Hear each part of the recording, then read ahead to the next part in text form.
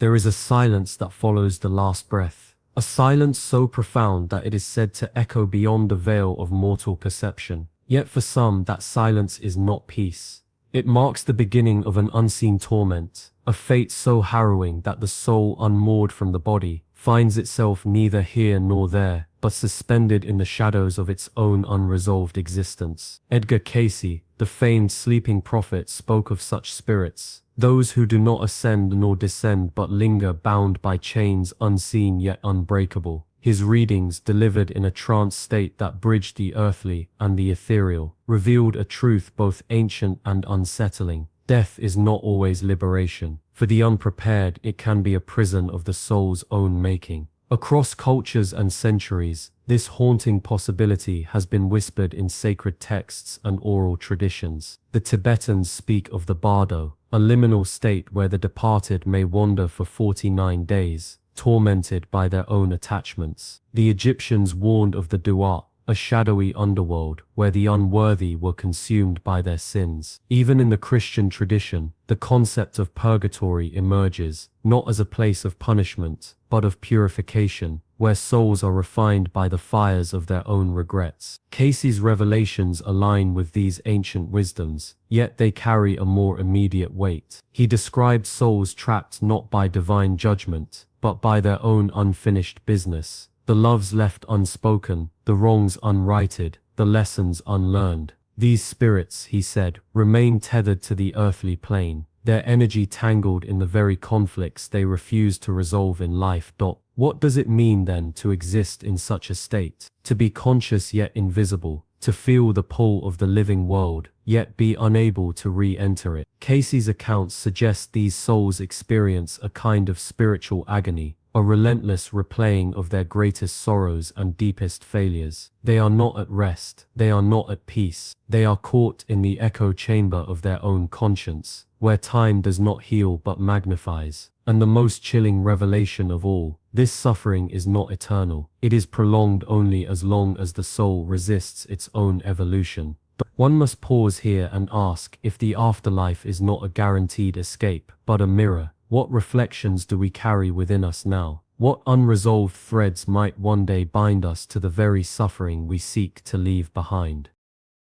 The question lingers, heavy with implication, for it is not merely about the fate of the departed, it is about the living and the choices we make today, the weight of the unresolved, how earthly burdens chain the soul. Beyond death, Edgar Cayce's readings reveal a harrowing truth. What remains unfinished in life does not dissolve in death. Instead, it lingers, a spectral anchor, binding the soul to a realm of restless torment. The psychological scars of guilt, regret, or unhealed trauma do not vanish with the final breath. They become the architecture of an afterlife, marked not by peace, but by persistent agony. For those who depart burdened by unresolved conflicts, the transition is not a passage, it is a prison. Consider the case of a woman Cayce described, her spirit trapped in the echoes of betrayal. In life she had carried the weight of a secret affair, her silence a slow poison that eroded her soul. Upon death, she found herself reliving the moment of her greatest shame, not as memory but as an eternal present. The emotions she had suppressed in life became her reality in death, a cycle of remorse, replayed without end. Cayce's account suggests such souls are not merely haunted by their past, they are their past, unable to progress until the lesson is learned. The debt paid. The mechanism is not punishment, but consequence. Just as a wound left untended festers, so too does an unaddressed spiritual wound corrupt the soul's journey. Fear, unexpressed love, or the refusal to forgive, these are not abstract burdens, they are chains. Cayce spoke of a soldier who died in battle, his last thoughts consumed by the brother he had failed to protect. Decades later, his spirit remained tethered to the battlefield, not by the earth itself, but by the unresolved vow he had made in his final moments. The mind, it seems, does not distinguish between the living and the dead when it comes to unfinished business. What then does this reveal about the human condition? If the soul's progression is hindered by what we leave undone, then life is not merely a preparation for death, it is a rehearsal for transcendence. The question lingers, how many walk among us now already half bound by the regrets they refuse to confront? And if the afterlife is shaped by the clarity or chaos of one's final moments, what does it mean to truly prepare for the inevitable? Perhaps the most disturbing insight is this: the torment of these souls is not eternal by divine decree, but by their own resistance. They cling to the pain because in some twisted way it is familiar, and so they remain caught between worlds, neither alive nor fully dead, until the day they choose to release what they once could not bear to face. Let this serve as both warning and invitation, for if the soul's suffering is born of what we leave unspoken, then healing is not just an act of self-preservation, it is an act of liberation. The time to unburden the heart is now, before the weight of yesterday becomes the shackles of forever. The veil between worlds, tormented voices seeking the living. Yet if the soul lingers in agony bound by the chains of its own unresolved past, it does not do so in silence. According to the readings of Edgar Cayce, and echoed in the annals of spiritualist history, such spirits often turn to the living, not in malice but in desperate longing. They reach across the veil, their messages laden with the weight of unfinished business, pleading for the absolution that death alone could not grant. This phenomenon, both haunting and profound, has been documented for centuries, where the boundary between worlds grows thin, and the dead find ways to whisper. The spiritualist movements of the 19th and early 20th centuries bore witness to this phenomenon in stark, often unsettling clarity. Seances, conducted in dimly lit parlors, became stages for these spectral dialogues. The Fox sisters of Hydesville, New York, claimed to communicate with a spirit whose restless knocking revealed a tale of murder and betrayal, an entity trapped in its own violent end, seeking acknowledgement. Similarly, the writings of Arthur Conan Doyle, beyond his famed detective, delved into the realm of spirit communication, recounting encounters where the deceased spoke not of the afterlife's peace, but of their tormented suspension between realms. Cayce's own readings reinforced this: souls in distress do not rest. They reach. But what compels them? The answer lies in the unresolved, the unspoken apologies, the forgiveness never sought, the love left unexpressed. A soul may linger near a former home, drawn to the living who carry its memory, or manifest in dreams, where the subconscious mind becomes a bridge. Some accounts describe cold touches, fleeting shadows, or the faint scent of a long-departed loved one, each a desperate attempt to break through. And yet, for all their efforts, the living often meet these signs with fear rather than understanding, shutting the door on the very resolution the spirit seeks. One must pause to consider: what messages have we ignored? What burdens, carried in silence, might still bind those who have passed? The spiritualists of old believed that to listen, to truly hear, was an act of mercy. Cayce's work suggests the same, that the dead do not haunt us out of vengeance, but out of need. And in that need lies a mirror, reflecting our own unhealed wounds. Let this truth linger then. If the veil is thinner than we dare to believe, what would you say to the voice that calls from beyond? And what, in turn, might it say to you? In the shadowed corridors between life and what lies beyond, Edgar Cayce's readings reveal a haunting truth. Some souls do not ascend. They linger tethered to the earthly plane by chains of their own making, their suffering stretching across years, even decades, as unseen witnesses to the lives they once lived. Among the most poignant of these cases is that of a woman Cayce described only as the weeping widow of Charleston, a spirit whose grief was so profound that it anchored her to the mortal realm long after her physical death. Her husband, a Confederate soldier, had perished in battle, but his body was never recovered. For nearly 40 years, her essence hovered near the old family estate, her sorrow a silent scream in the night. Cayce's reading suggested that her torment was not merely the loss itself, but the unresolved question: had he suffered? Had he known love in his final moments? The absence of closure became her prison. Then there was the case of the merchant of New Orleans, a man whose life had been built on deception. His ledgers, Cayce revealed, were filled with fraudulent transactions that ruined families, and though he died in apparent prosperity, his spirit was condemned to relive the moments of his victims' despair. Witnesses in the 1920s reported cold drafts in his former office, the scent of ink and damp paper, as if he still sat there, counting coins that no longer held value. His agony was not the loss of wealth, but the weight of unrepented guilt, a burden that grew heavier with each passing year. For in the spiritual realm, time does not dull the edges of conscience.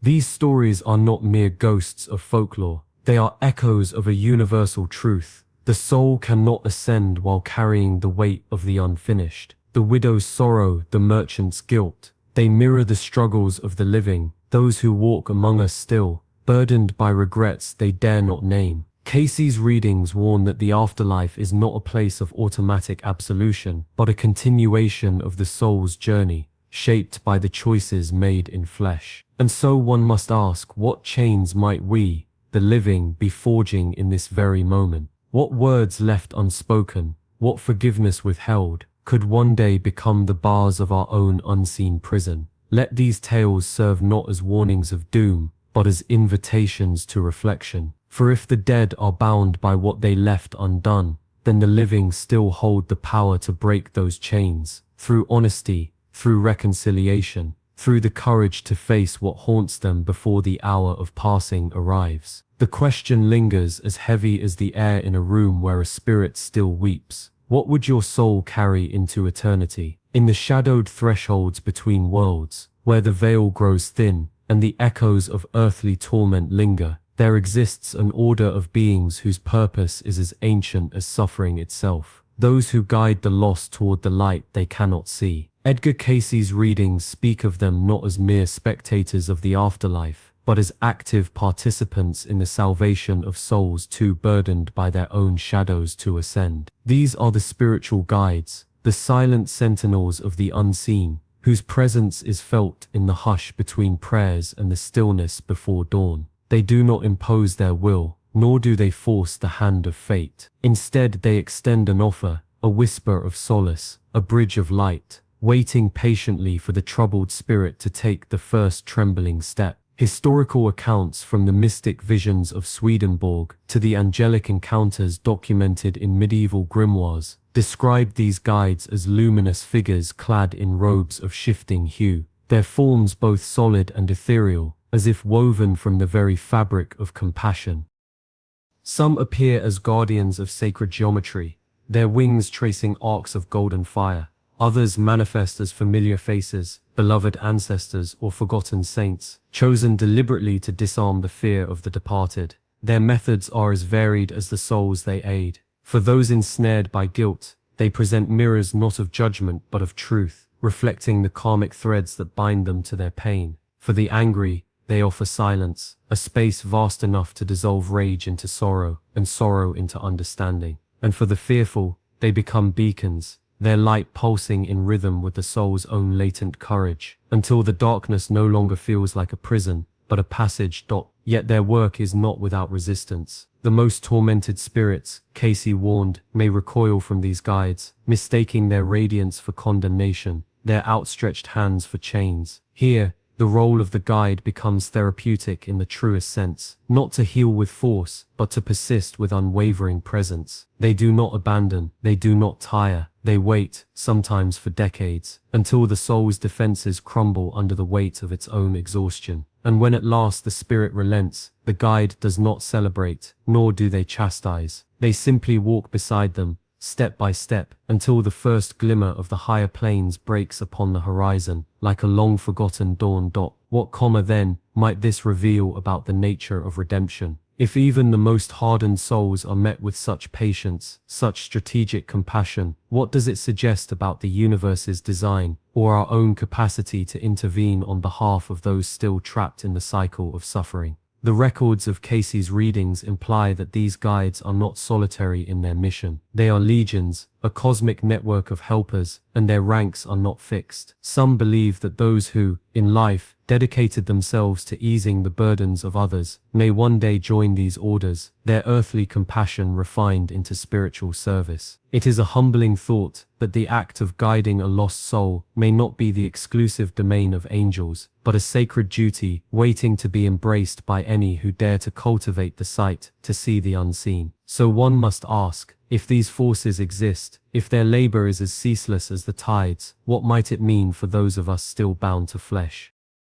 Could the living too become conduits of this same guiding light, not through grand gestures but through the quiet alchemy of intention? The next time you sense the weight of a presence in an empty room, or wake from a dream in which a stranger offered you a hand, consider this. Perhaps you are not the only one being guided. Perhaps the lost are closer than we think, and the guides are already here, waiting for us to become their eyes, their voices, their hands in the world of the seen. The esoteric pathways, liberating the trapped through ancient wisdom. And yet if the guides of light are the unseen hands that reach for the lost, then the rituals of the living are the bridges they build to pull them free. Across civilizations, from the whispered prayers of Tibetan monks to the candlelit vigils of medieval Europe, esoteric traditions have long recognized that some souls do not depart willingly, and that their liberation often demands more than passive hope. Edgar Cayce's readings suggest that these trapped spirits linger not by divine punishment, but by the weight of their own unresolved bonds, unspoken words, unhealed wounds, or the sheer terror of stepping into the unknown. And so humanity has responded, not with resignation, but with sacred action.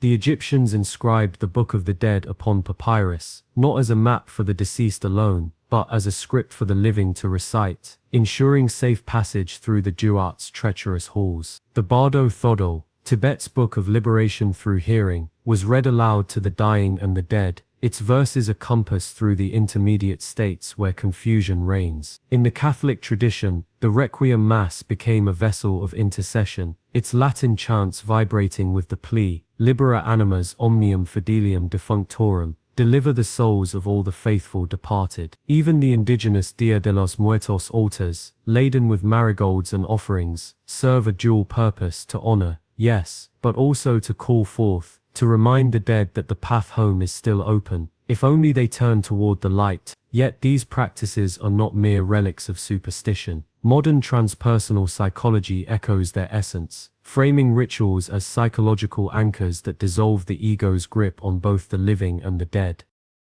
A meditation focused on a departed soul, for instance, may begin with visualization, imagining them enveloped in golden light, but its true power lies in the practitioner's intentional release of attachment. The novenas of Christianity, the 49-day Buddhist memorials, even the secular act of writing a letter to the dead and burning it, all operate on the same principle: ritual as a vessel for completion. Cayce himself often prescribed such acts, urging the living to speak the words that needed saying in meditation, thereby untangling the knots that bound the spirit to its earthly sorrow. But here the scholar must pause and ask, if these rituals persist across millennia, is it because they work, or because they answer a deeper human need to believe they work? The skeptic may dismiss them as psychological placebos, yet the accounts of those who've glimpsed the other side, near-death experiences, mediums, even Cayce's own trance-induced visions, speak of a curious phenomenon, that the dead do respond to the living's focused intention. A mother's prayer,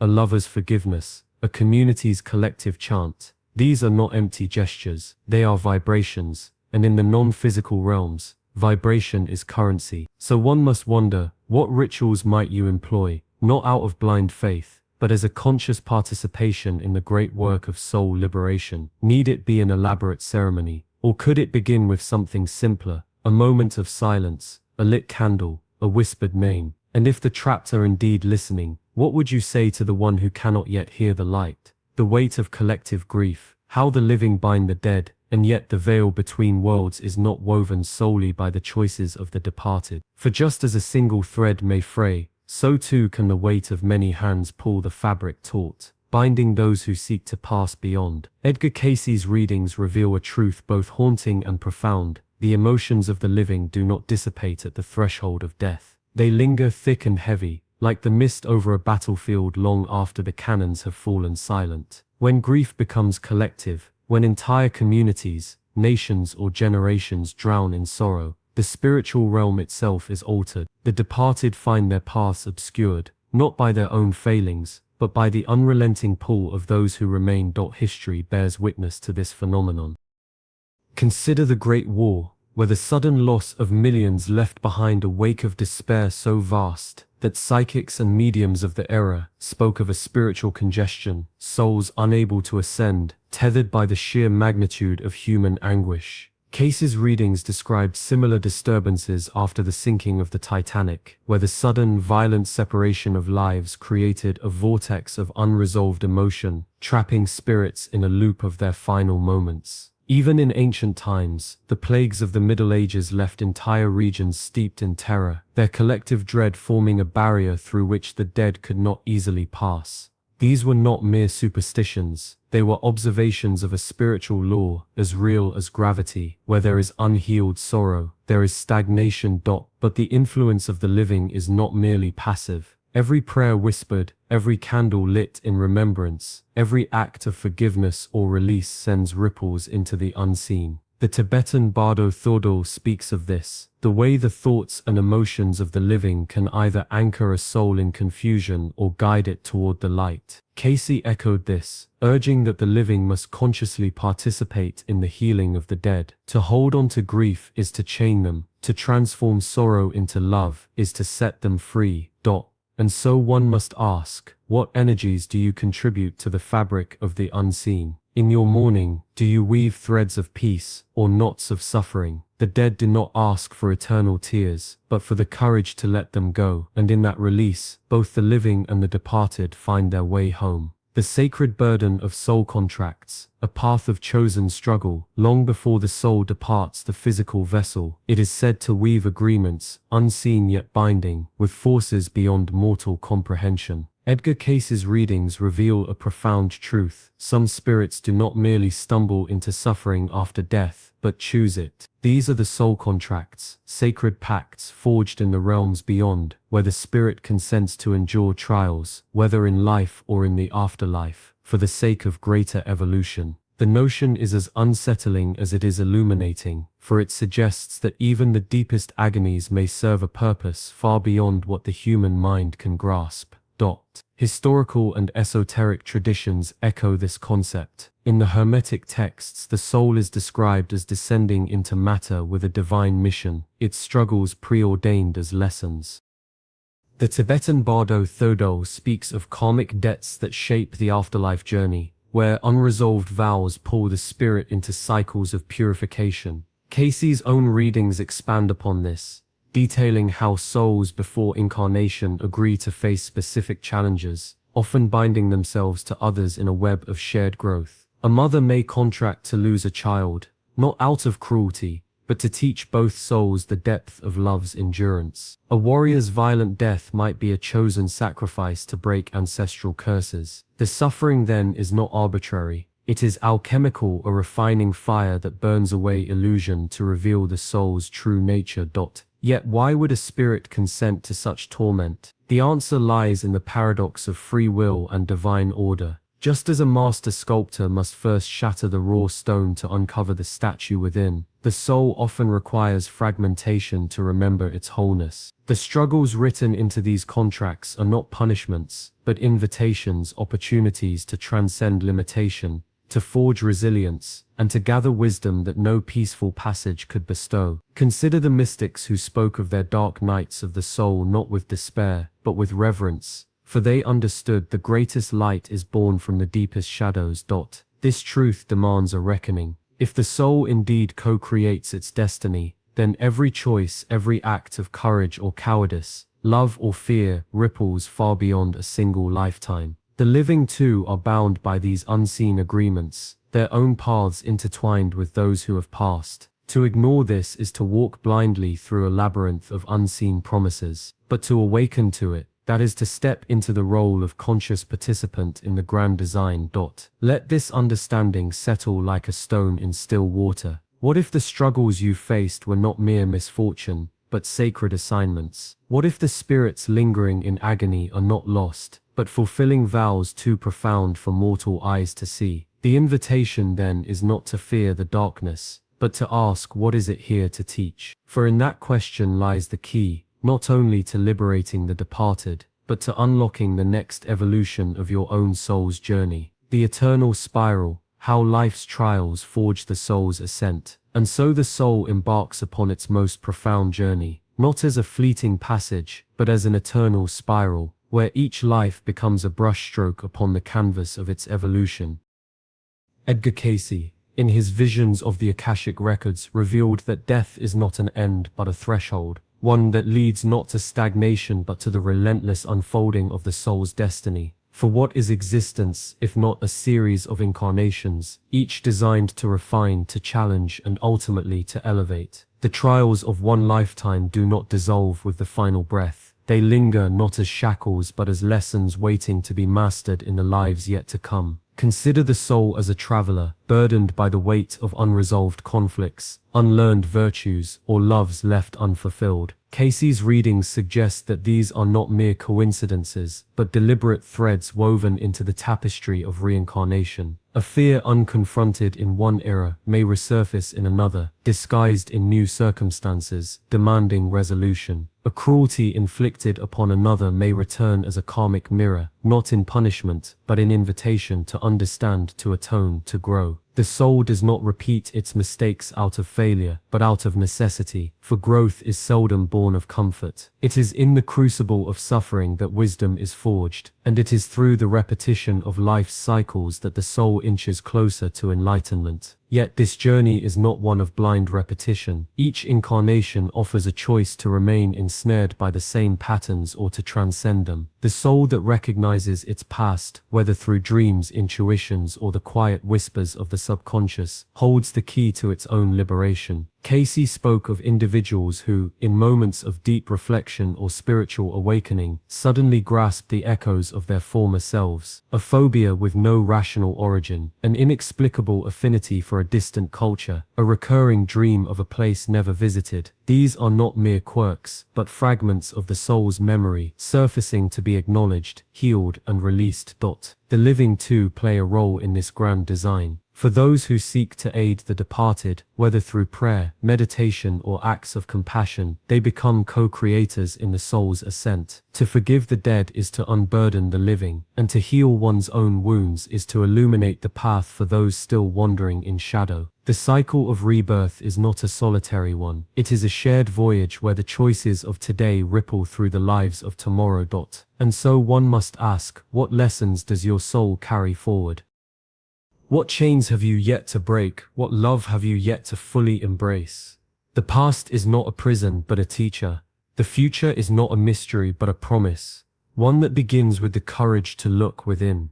For in the quiet spaces between lives, the soul waits, not in agony, but in anticipation, ready to rise again, wiser, lighter, and ever closer to the light. And so the journey through the veiled realms of existence draws to its inevitable close, yet in truth, it is but another beginning.